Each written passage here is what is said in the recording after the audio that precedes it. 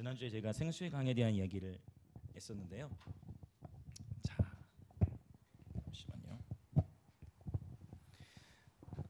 생수의 강이 믿는 자들의 어디에서부터 흘러 넘치리라 했죠? 네, 배죠. 그래서 보통은 제가 사람을 졸라맨처럼 그리는데 오늘은 배는 좀 그려보겠습니다. 네, 죄송합니다, 여러분. 네. 역시 윤지사님 은혜가 지만하지. 천국의 관점으로 바라봐주고 계십니다. 죄송합니다, 여러분. 네, 이 정도도 잘 그린 겁니다, 전. 자, 배, 그렇죠? 생수의 강, 여기에 강이 이제 흘러 넘쳐야 돼요. 네, 강물. 자, 강물 흘러 넘쳐. 생수의 강이 어디에서? 네, 배에서 흘러 넘치라 했어요. 자, 이것을 요한복음 7장의 표현이었고 우리가 에스겔 47장을 지난주에 봤었죠. 에스겔 47장 보면은 이 강물이 어디서부터 나와요? 에스겔 47장. 에스겔 47장은 그렇죠. 성전. 맞아요. 성전 문지방에서 흘러나오는 거예요. 그 다음에 이제 요한계시록 22장에 보면 나오죠. 22장 1, 2절에 보면 그렇죠. 이 강의 근원은 결국 하나님과 어린 양의 보좌로부터 여기서부터 시작되는 거예요. 그렇죠. 하나님과 어린 양의 보좌로부터 강물 흐릅니다. 네, 여러분 생명나무가 몇 그루예요?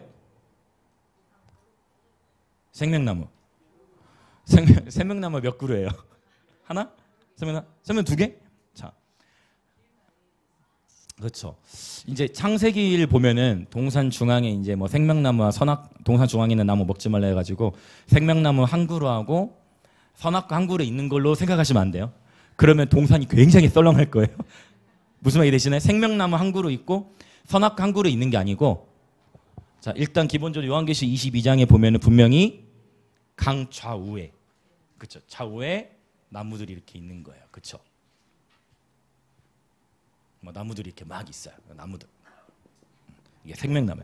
달마다 열매를 맺게 되었지. 여러분은 이거 똑같이 그리시면 안 돼요.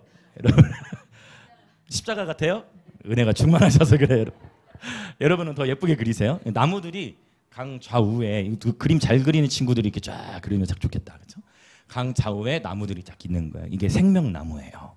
그래서 창세기에서도 보면은 생명나무가 한 그루가 아니고 사실 에덴 동산 안에 있던 그 모든 나무의 열매는 다 먹을 수가 있었어. 근데 오직 딱 저 나무 한 그루 저것만 먹지 마라. 그러니까 다 먹어. 너 다 가져. 이거야. 너 다 가져라. 이 동산 너를 위해 만들었다. 다 네 거야.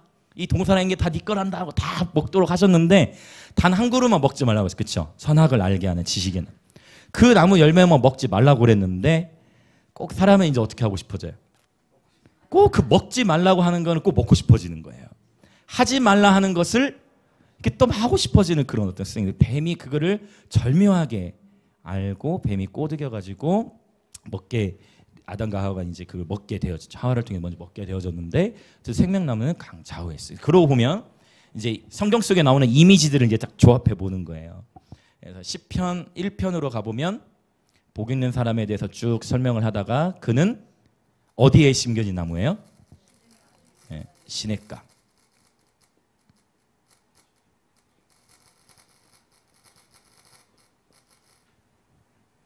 시냇가에 심겨진 나무입니다. 자, 강물이 흐르고 있죠? 네. 나무들이 있네요. 그런데 또 구약성에 보면 이사야서 61장 같은 경우 바로 너희가 하나님의 영광을 나타내 의의 나무라. 그러니까 우리가 곧 나무로서, 네, 상징적으로 이제 나무로 사람이 쓰여진 거예요. 그렇죠? 시냇가에 심겨진 나무라고 표현을 했으니까, 그렇죠? 시편 1편에 이런 표현이 있고, 그다음에 지난주에도 봤던 이사야 58장 11절에는 우리를 또 뭐라고 표현하셨어요? 너희는 물된 동산, 물이 끊어지지 아니하는 샘물 같게 하죠. 물된 동산이에요. 그래서 여러분 이게 동산이에요. 에덴 동산. 그러니까 결국은 이제 창세기와 요한계시록 이제 이렇게 연결이 되겠지만 결국 궁극적으로 완성될 하나님의 나라는 에덴의 회복을 가리키는 거예요. 그러면 에덴의 회복이, 제가 그래서 이게 다 연결된다고 했어요.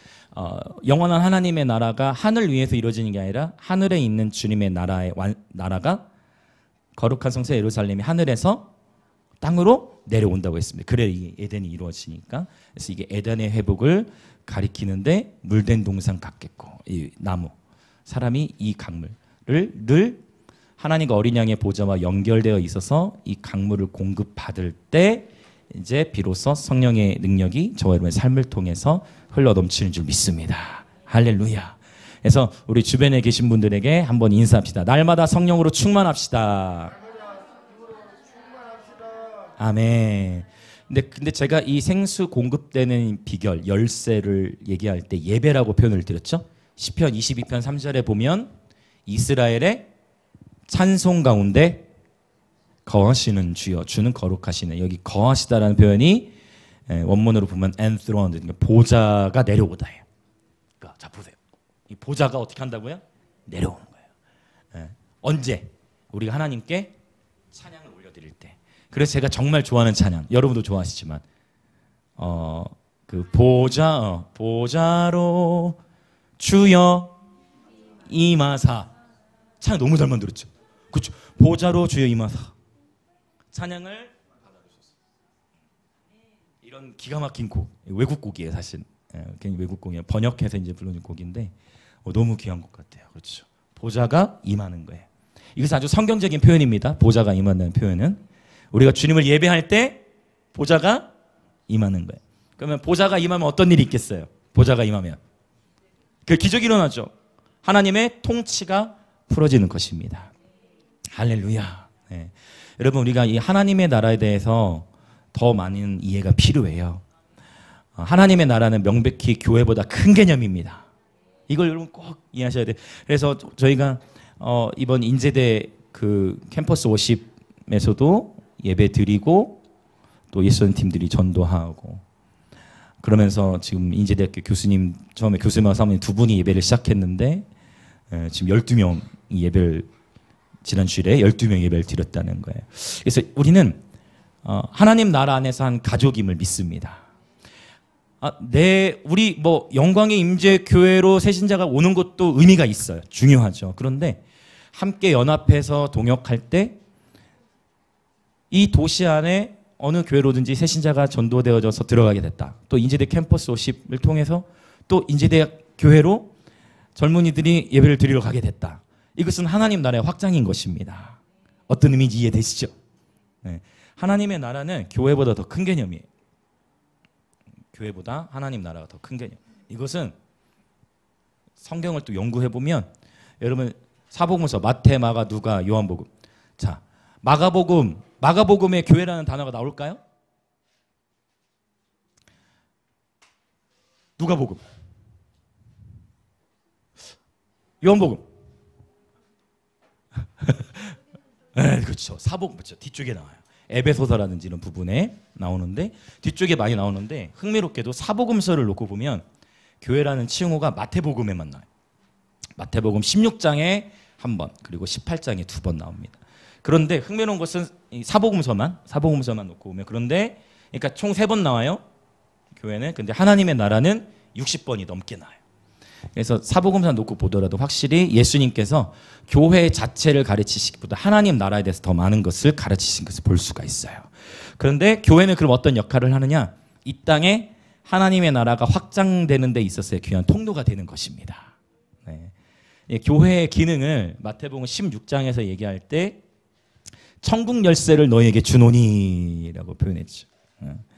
그러면서 바로 음부의 권세가 해하지 못하리라.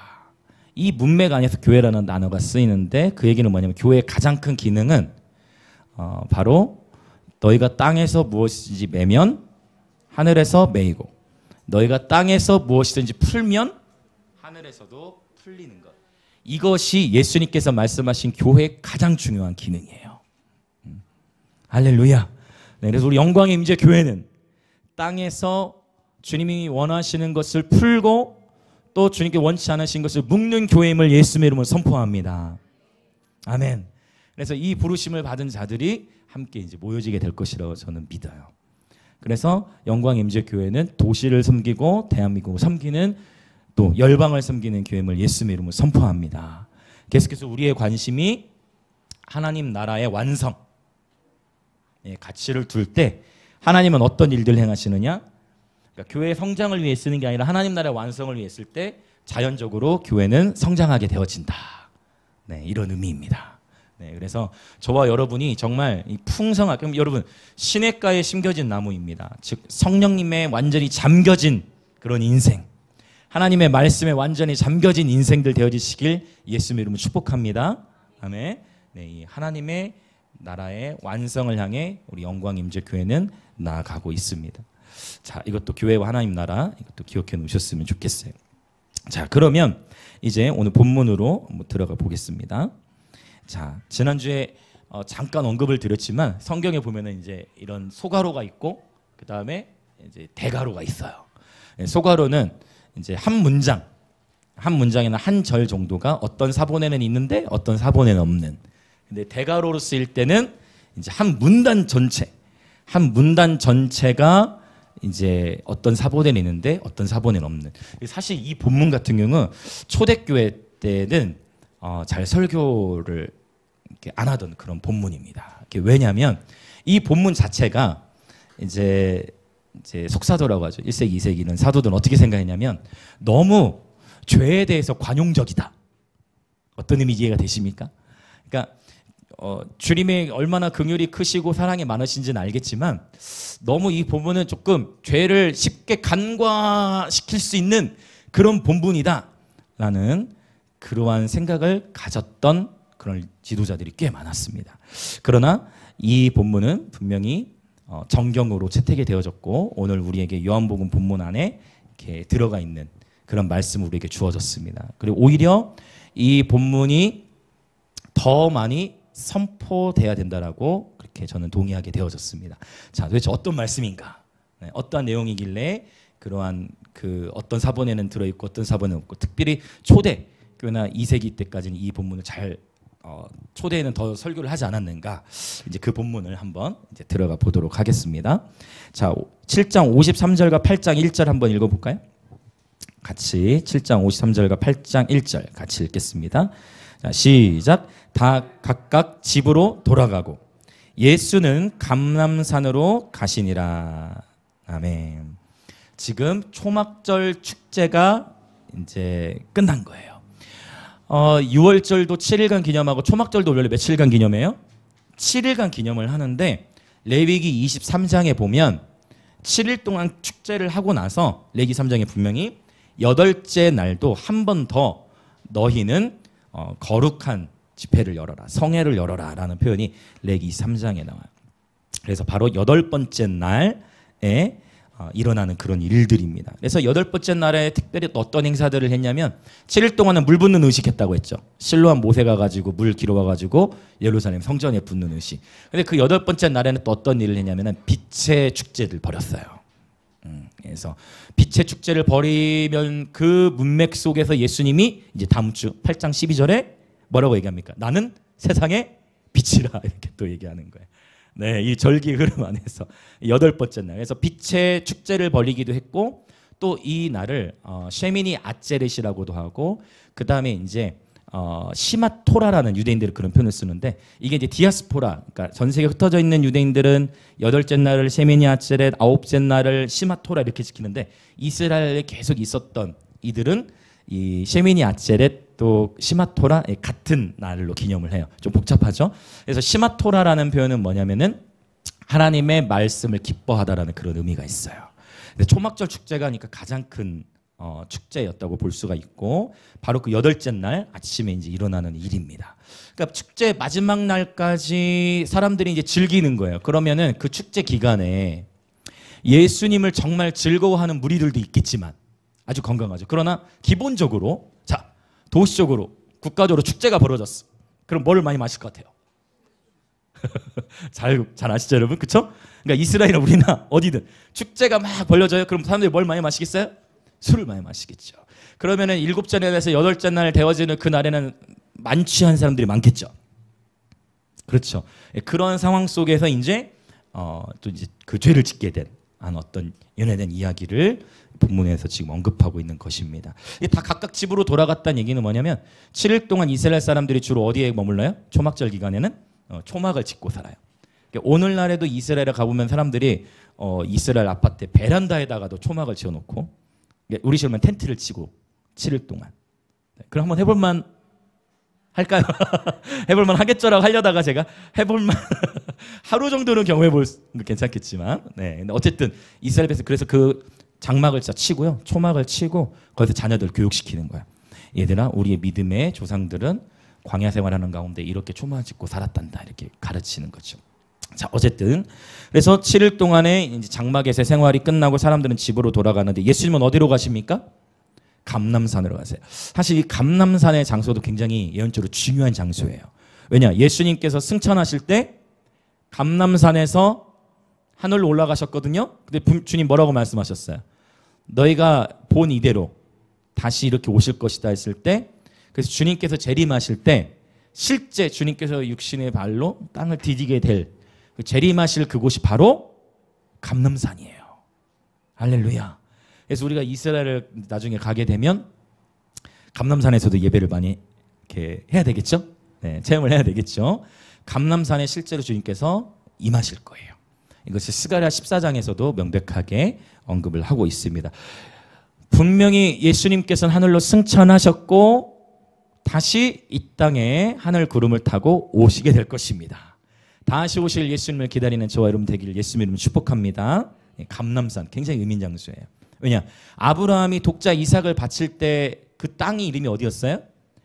모리아 땅이었죠. 모리아 땅에 있는 바로 내가 지시하는 그 한 산, 그 산이 바로 이 감람산이에요. 모리아의 경계 안에 이 감람산이 있어요. 그리고 누가복음입니까? 겟셋만의 동산이 나오죠. 겟셋만의 동산이 어디 있느냐? 감람산 안에 있어요. 그러니까 다 연결되는 거예요.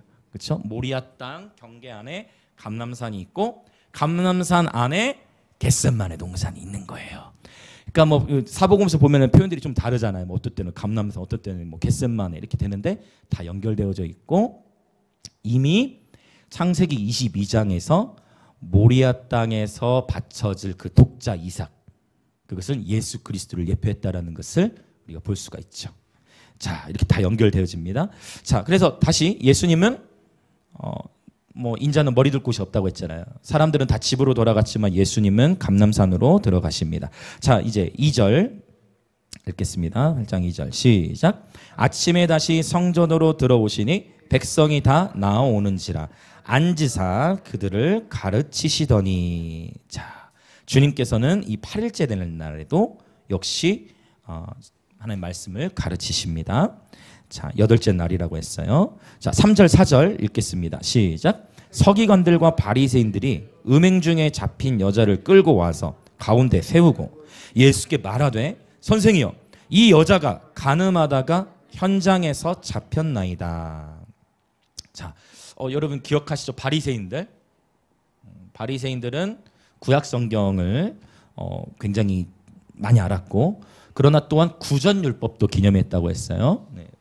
자, 그리고 사두개인들, 이들은 성경의 모세 오경만을 믿었고, 이들은 부활 또 천사의 존재를 믿었다 안 믿었다? 네, 믿지 않았어요. 이들을 하시딤의 후에 목숨 걸고 우리 하나님을 섬겨낸다고 했던 그 바로 하시딤의 후예들이라고 했고, 사두개인들은 사독, 네, 바로 레위인들과 연결된 사독 자손의 그런 무리들이었다라고 했어요. 오늘 본문에 보면은 3절에 또 한 무리가 나오죠. 누굽니까? 서기관. 서기관들이 나왔어요. 서기관들은 굉장히 뭐라고 할까요? 그 성경 일종의 쉽게 얘기하면 성경 필사자들이에요. 그래서 성경 대피를 한다고 하죠. 오늘날처럼 인쇄술이 발달한 시대가 아니잖아요. 그러니까 성경을 어떻게 해요?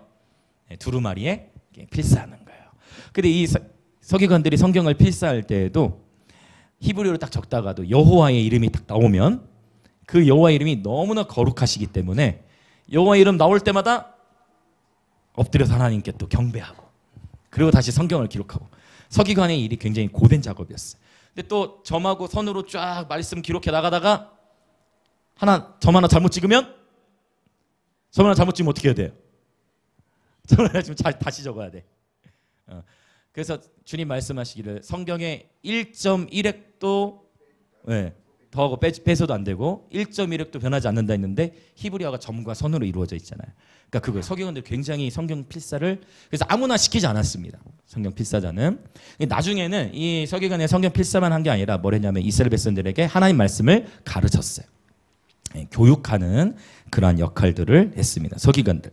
그래서 서기관들은 기본적으로 읽고 어떤 글을 읽거나 또 쓰는 능력이 탁월했던 이들이었다는 것을 알 수가 있습니다. 자, 그러면 이제 본문 들여다보면요. 독특한 것이 여러분 지금 가늠하다가 잡힌 여인을 끌고 온 거예요. 여러분 오늘날에도 CCTV, 오늘날은 굉장히 CCTV가 발달했기 때문에 범죄 이거를 굉장히 더 빨리 잡아낼 수가 있잖아요. 어떤 범죄 현장을. 그런데 가만히 생각해 보면 아무리 CCTV가 발달해도 가늠한 현장을 즉석에서 포착해 가지고 데려온다.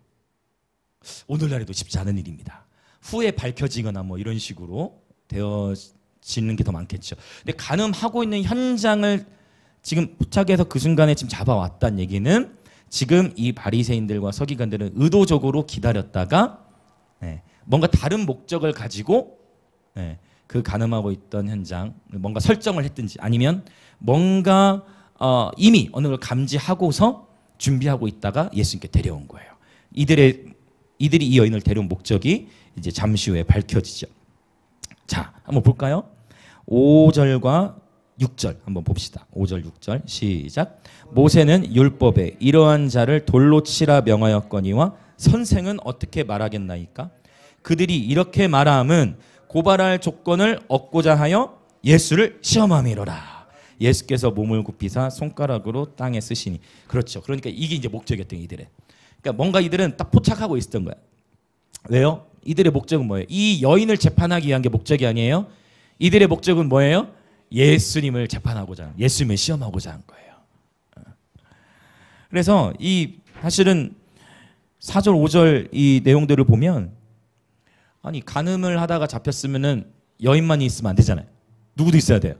남자도 있어야 되잖아요. 바리새인들은 다 남자잖아요. 남자들이 그래서 이게 지금 뭐냐면 남성 우월주의적인 모습들을 또 보여주는 거예요.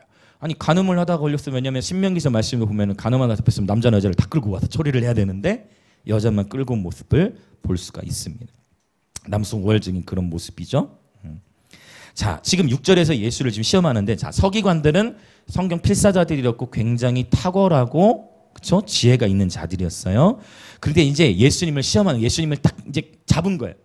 예수님 앞에 어떻게 하느냐? 만약 예수님께서 이 여인을 용서해 주시면 예수님이 뭐를 범하는 거예요?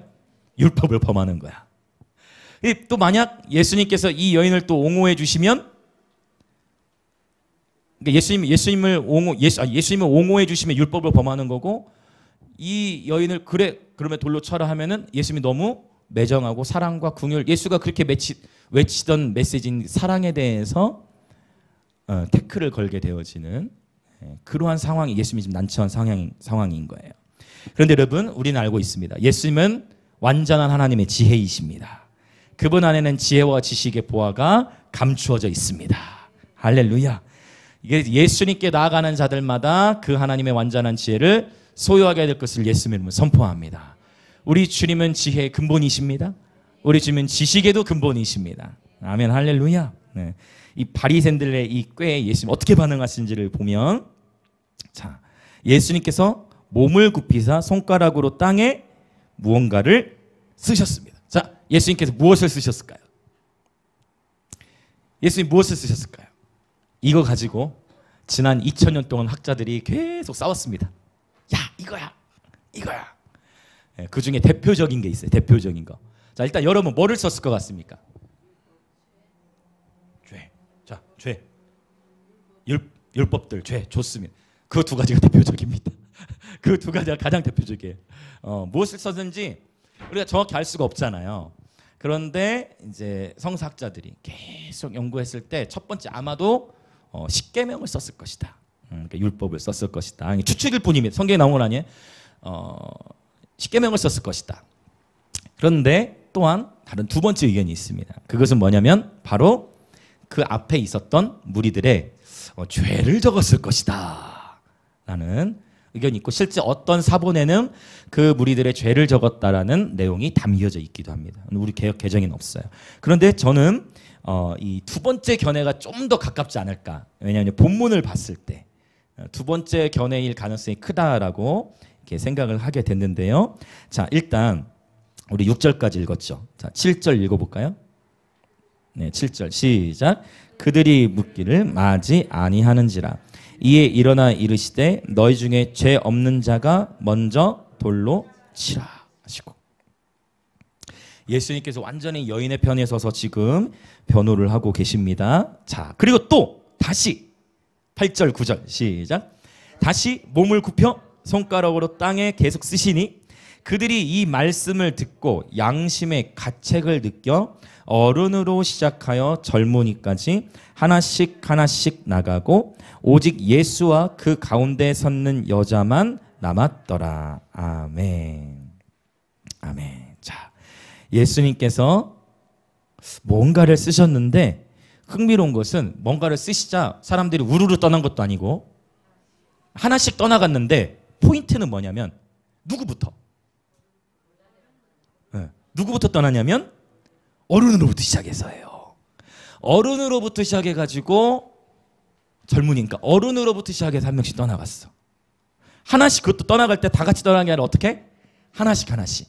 그러니까 아마도 사람 한 사람의 죄를 이렇게 쓰시지 않았을까 이렇게 이제 생각을 해보는 거예요.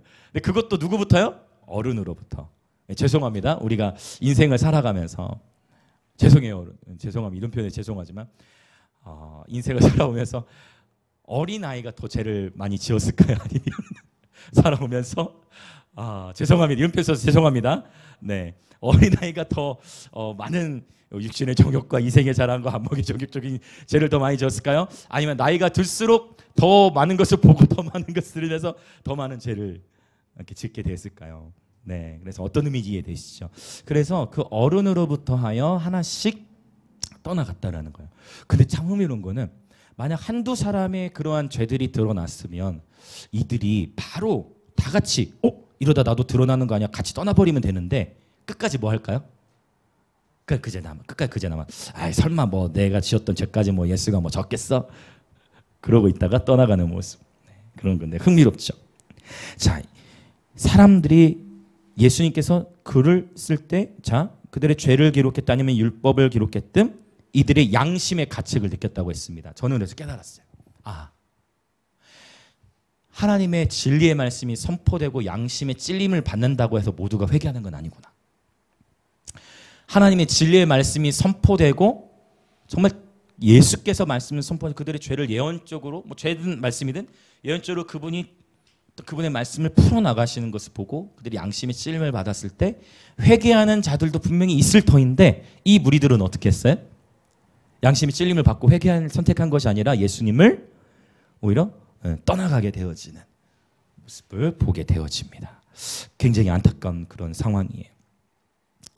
자, 그러면 이제 이 서기관들, 바리새인들 그리고 예수님이 다 강조한 것들이 달라요. 일단 서기관들은 성경 필사자들이라고 했죠. 이들은 무엇을 강조하느냐? 교육을 강조. 가르쳐야 돼. 가르치는 것이 굉장히 중요한 무리들이에요. 자, 바리새인들은 무엇을 강조해요? 율법을 강조하죠. 근데 예수님께서는 오늘 본문에서 무엇을 강조하시는 거냐면, 자, 한번 따라 볼까요? 긍휼입니다. 이제 이 싸움이에요. 율법도 중요하고요, 교육도 중요해요. 그리고 긍휼도 중요해. 자, 우리는 이미 사실 정답을 다 알고 있죠. 우리는 다 당연히 우리의 신학은 예수 그리스도이시니까 당연히 긍휼이 제일 중요해. 자, 이제 말씀을 좀 더 봅시다. 우리 좀 더 읽고 제가 설명을 할게요. 자, 10절 11절도 다 한번 읽어보겠습니다. 10절 11절 시작. 예수께서 일어나사 여자 외에 아무도 없는 것을 보시고 이르시되 여자여 너를 고발하던 그들이 어디 있느냐? 너를 정죄한 자가 없느냐? 대답하되 주여 없나이다. 예수께서 이르시되 나도 너를 정죄하지 아니하노니 가서 다시는 죄를 범하지 말라 하시니라. 아멘. 자, 그러면 일단 예수님은 일단 긍휼히 여기셨죠? 긍휼히 여기시고 나서 여기서 끝낸 것이 아니라 주님 뭐라고 말씀하셨어요? 가서 다시는 죄를 짓지 말라 하고 율법을 가지고 교육하신 거예요. 제가 이렇게 목회를 하면서 경험하게 되는 것, 또 오늘 또 이 말씀을 준비하면서 다시금 하나님 앞에 이렇게 서게 되는 것은 여러분, 정죄와 판단은 사람을 변화시키지 못합니다. 이게 어려워요. 자, 다시, 정죄와 판단은 결코 사람을 변화시키지 못해요. 오직 긍휼이 심판을 이기고 자랑합니다. 아멘. 근데 지금 이런 거예요. 예수께서 이恩을 긍휼히 여기고 있잖아요. 그 바리새인과 서기관들은, 바리새인은 왜 율법대로 안 하냐고 지금 계속해서 따지고 있는 거예요. 참 쉽지 않은 부분이에요. 우리가 다음 세대들을 앞으로 세워나가는 데 있어서도 율법 중요합니다. 하나님의 법이 기준이죠. 그러나 우선적으로 하나님의 법을 전하고 하나님의 법을 가르치기 전에 충분히 그 영혼이 하나님의 사랑과 긍휼하심을 누려야 됩니다. 이 포인트를 꼭 기억하셨으면 좋겠고, 저도 다시 한번 오늘 제 마음을 예수님의 긍휼, 예수님의 마음에 정렬시키기 원합니다. 이제 문제는 예수님께서 이렇게 여인을 긍휼히 여기셨죠? 예수님이 이 여인 아는 사람입니까? 이건 예수님이 이 여인 아는 사람 아니었잖아요. 이 여인을 예수님께서 긍휼히 여기시고 일단 이 여인을 살리고자 하셨던 거예요. 일단 이 여인을 살리고자 하셨고 이 여인을 보호하기 시작하면, 이 여인을 긍휼히 여기기 시작합니다. 그때 이 여인은 어떻게 반응합니까? 예수님, 눈물 막 흘리면서, 예수님, 다른 사람 다 저를 죽이려고 할 때 예수님 저를 보호해 주셨군요 라고 하지 않습니다. 이 여인의 반응은 뭐예요? 자, 11절에 보면 대답하되 주여 없나이다. 이게 이제 어떤 의미냐면 영어성에 이렇게 돼 있어요. No sir. 이렇게 나와요. 영어성에는 No sir. 그게 뭐냐면, 그러니까 어떤 뉘앙스냐면 예수님께서는 지금 이 여인 한 명 살리기 위해서 속된 말로 바리새인들하고 서기관들에게 이렇게까지 굳이 할 필요가 있을까? 인간적으로 바리새인과 서기관들에게 굳이 그렇게까지 그냥 율법대로 처단하면 안 되나? 그냥 법대로 처단하면 안 되나라고 생각을 할 수도 있는데, 이 바리새인들과 서기관들 다 잃어버리고 다 떠나가고 할 때까지 이 여인 한 명을 지키기 위해서 예수님은 또 자신의 모든 명예와 자신의 모든 어떤 세상적인 가치들을 내려놓으시는 거예요. 이 한 여인을 보호하기 위해서. 근데 이 여인은 어떻게 대한다? 예수님께? 예수가 저 바리새인과 저 서기관 저들 다 나 한 사람 지키려 나를 보냈네 하면서 예수님에 대해서 존중하는 태도가 아니라, 이 여인은 예수님께 어떤 태도다? No sir. No sir. 그냥 거기서 끝인 거예요. 그럼에도 불구하고 예수님은 그분의 긍휼을 시키지 않으셨습니다. 이게 이제 어려워요. 우리가 우리 지금 정말 다들 삶의 현장에서 다 뭡니까? 관계 속에서 복음 전하시고 또 주님의 사랑을 실천하고 그리스도인을 살아가는데, 우리가 아무리 친절을 베풀고 그리스도의 사랑을 나타낸다 했을 때 은연중에 우리 마음 안에도, 솔직하게 우리의 마음 안에도 어떤 심리가 있냐면 보상 심리가 있어요. 저라고 없겠습니까? 그렇죠. 보상 심리가 있어요. 내가 이렇게 긍휼을 베풀고 내가 이렇게 사랑을 베풀고 내가 이렇게 친절을 베풀면 그도 나에게 어느 정도의 존중과 이거에 대한 생각이 있는 거예요. 근데 지금 예수님을 보면 예수님이 지금 일종의 실드를 친 거잖아요. 이 여인을 살리기 위해서. 야, 너희들 아무도 건들지 마. 너희 중에 젊은 자가 이 여인 돌로 쳐.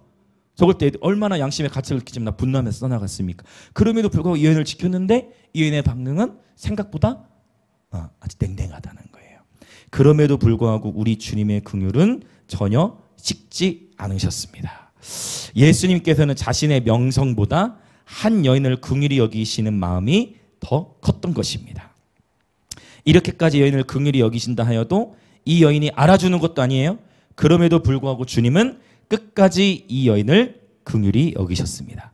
여러분, 예수님께서 정죄하지 않으셨는데 그 어느 누가 이 여인을 정죄할 수 있겠습니까?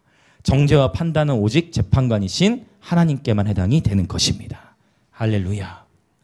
그래서 여러분, 늘 우리가 주의해야 될 것은 뭐냐면 마태복음 7장에 보면 아무도 비판하지 말라고 했죠. 너희가 비판하는 그 비판으로 너희도 도로 비판을 받게 될 것이다라고 주님 말씀하셨습니다. 저와 여러분의 심령 안에는 예수님께서 지니셨던 이 긍휼의 마음이 가득히 있기를 예수님으로 축복합니다. 할렐루야. 자, 이제 이 헬라어로 보면 히브리어로 보면 긍휼히 여기다라는 단어 하나 설명을 드릴게요. 라함이라는 단어. 긍휼히 여기다, 자비를 베풀다라는 그런 단어예요. 그런데 또 이 단어가 이제 동사로 썼을 때는 긍휼히 여기다, 자비를 베풀다인데 명사로 썼을 때는 긍휼이라는 의미와 함께 어떤 의미를 가지고 있느냐? 또 자궁이라는 의미를 가지고 있어요. 이거 어디서 들어본 것 같잖아요? 어떤 거 설명할 때. 그렇죠. 참 영예의 세계가 신비한 것 같아요. 하나님의 말씀의 세계가. 자, 히브리어 라함이라는 단어가 긍휼히 여기다는 의미도 있지만 명사로는 자궁의 의미가 있고, 요 요한복음 7장에서 생수의 강이 배에서 흘러나리라 했는데 이 생수의 강이 그 자궁에서부터 흘러 넘친다라는 표현으로도 충분히 해석할 수가 있다라는 거예요. 그래서 긍휼이라는 게 뭘까? 긍휼이라는 게 뭘까? 여러분, 긍휼이 무엇입니까? 긍휼. 그럼 불쌍히 여기는 거잖아요. 어느 정도로 불쌍히 여기는 걸까요? 긍휼. 이게 답이에요. 어느 정도로 불쌍히 여기는 거냐면 모성애. 엄마들은 알지. 아빠들도 아시죠?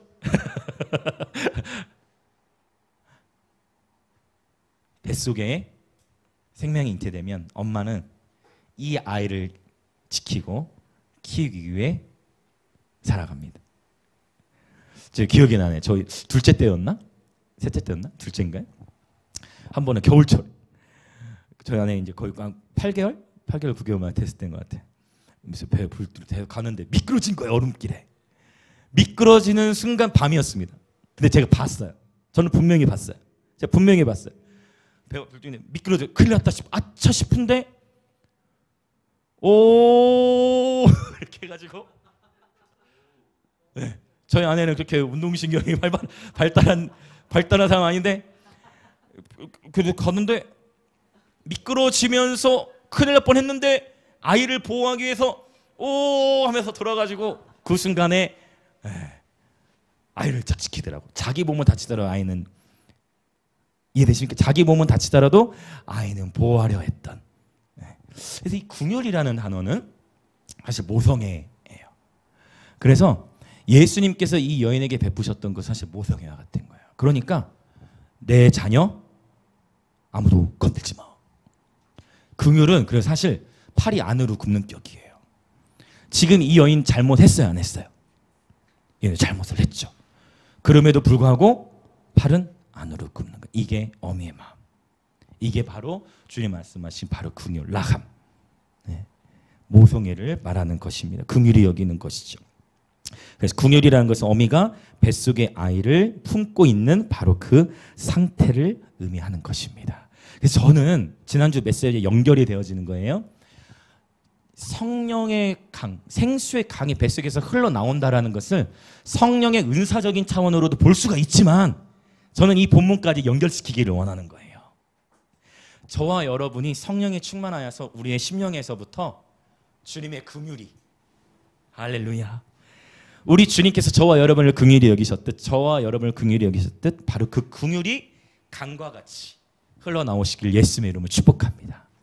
영혼을 향한 긍휼, 할렐루야. 바로 주님이 보이셨던 긍휼. 어떠한 주님의 명예나 이름이 아닌 한 영혼을 위해 멈춰서고 한 영혼을 긍휼히 여기는데 멈춰섰던 예수님의 마음. 그 마음이 저와 여러분 넘쳐나기를 원합니다. 세상은 온통 정죄와 비난으로 가득해요. 솔직히 오늘 조금 전에 보민이도 보민이한테 얘기하더라고. 내일 한 명 친구를 데려오고 싶다고 얘기하는데 지금 잠깐 나간 것 같아요.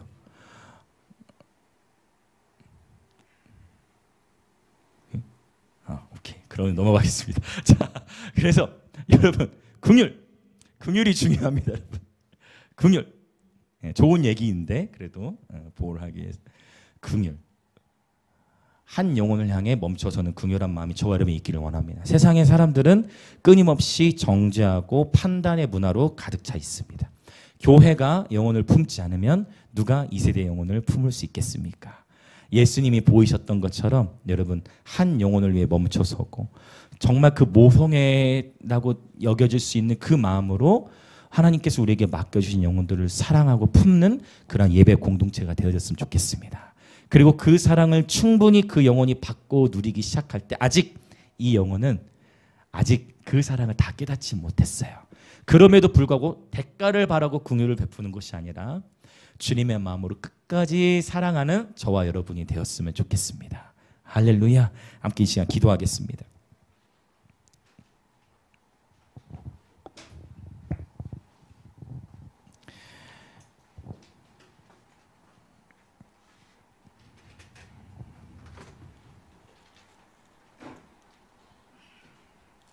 오늘 이 본문을 설교를 준비하면서 하나님께서 다시 한번 제 마음을 점검케 하셨어요. 우리가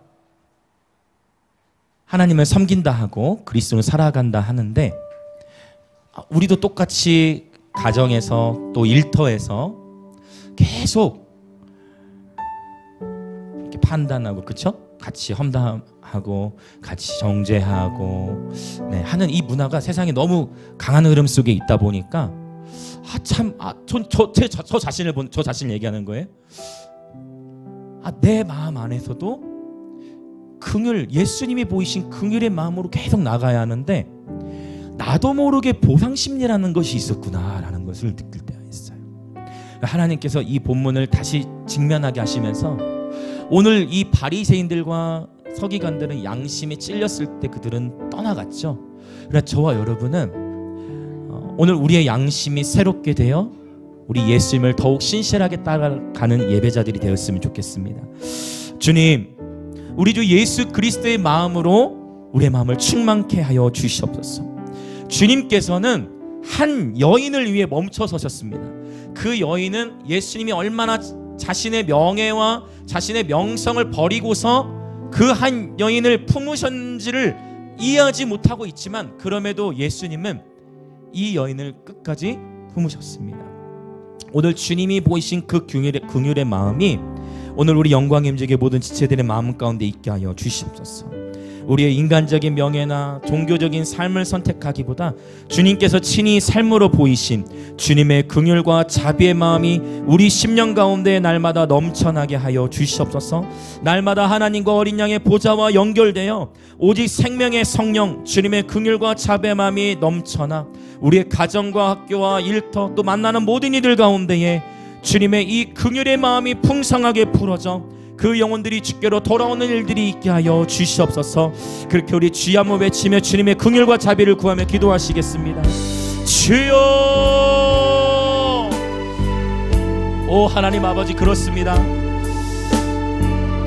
주님, 어느새 우리의 삶이 바리새인처럼 판단하고 비판하고 정죄하는 삶, 우리의 입술이 오염되어져서 세상에 살아가면서 나도 모르게 판단하고 정죄하고 나도 같이 이 여인을 돌로 치려 하는 그 무리에 있었던 삶은 아닌지 하나님, 오늘 나의 삶을 다시금 주 앞에 말씀 앞에 돌이킵니다. 정죄하고 판단하며 비난했던 우리의 삶의 모습을 용서하여 주시고 예수님이 보이셨듯 긍휼이 심판을 이기고 자랑함을 주님 우리 삶으로 나타낼 수 있도록 성령님 오늘 이 시간 우리 마음 가운데 주님의 자비와 긍휼의 마음을 베풀어 주시옵소서.